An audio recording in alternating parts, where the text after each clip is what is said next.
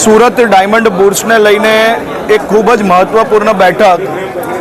આદરણીય રાજ્યસભાના સાંસદ શ્રી ગોવિંદભાઈ ઢોલકિયા, શ્રી અરવિંદભાઈ અજબાની, શ્રી લાલજીભાઈ, શ્રી નાગજીભાઈ સાકરિયા, શ્રી હસેશભાઈ, શ્રી શૈલેષભાઈ જોગાની, સેવંતી કાકા, શ્રી હિતેશભાઈ, ઉપેશભાઈ અને હીરા બજારના મહત્ત્વના આગેવાનો, હીરા બજારના વેપારીઓ, સૌ બ્રોકર મિત્રો, સૌ મેન્યુફેક્ચરર, રફના વેપારીઓ અને સીવીડીના વેપારી, આ બધા જ વેપારીઓ સાથે મળીને એક મહત્ત્વપૂર્ણ બેઠક રાખવામાં આવી હતી. સૌ વેપારીઓએ સાથે મળીને નક્કી કર્યું છે કે મહાસુદ પાંચમ એટલે કે 23મી જાન્યુઆરીએ ખૂબ મોટા પાયે સૌ વેપારીઓ સાથે મળીને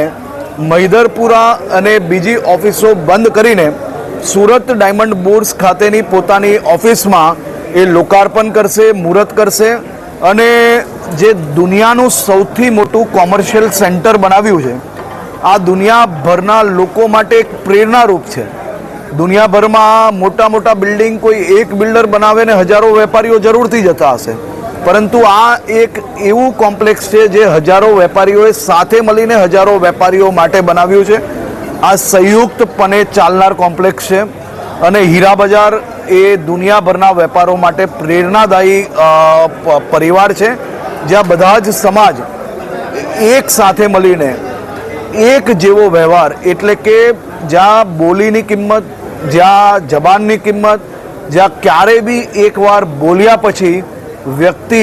સંપૂર્ણપણે એકબીજા પર વિશ્વાસ રાખતો હોય, એવું આ હીરાની ચમક હજી વધુ